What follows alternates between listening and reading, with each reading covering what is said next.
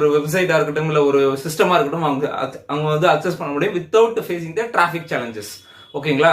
So அந்த மாதிரி சினாரியோவில் நம்ம என்ன பண்ணுவோம், அந்த ஆர்கனைசேஷன் என்ன பண்ணுவோம், அவங்களுக்கு ஒரு டெடிகேட்டட் டேட்டா சென்டர் வந்து வச்சிருப்பாங்க.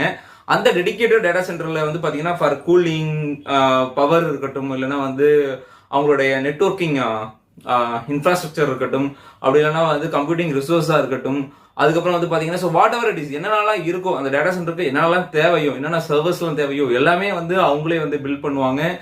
இன்ஃப்ராஸ்ட்ரக்சர்ல இருந்து காம்பனன்ட் வரைக்குமே எல்லாமே அவங்களே பில்ட் பண்ணிட்டு அதை வந்து மேனேஜ் பண்ணி மெயின்டைனும் பண்ணுவாங்க. சரிங்களா? ஸோ அந்த மாதிரி இருக்கிற ஒரு டேட்டா சென்டர் யாரெல்லாம் வச்சிருக்காங்களோ, யாரெல்லாம் அந்த மாதிரி டைப் ஆஃப் டேட்டா சென்டர்ல ஒர்க் பண்ணிட்டு இருக்கீங்களோ, அதுதான் வந்து பாத்தீங்கன்னா என்டர்பிரைஸ் டேட்டா சென்டர். ஸோ அந்த என்டர்பிரைஸ் டேட்டா சென்டருக்கு ஒரே ஒரு ஓனர் தான் இருப்பாரு.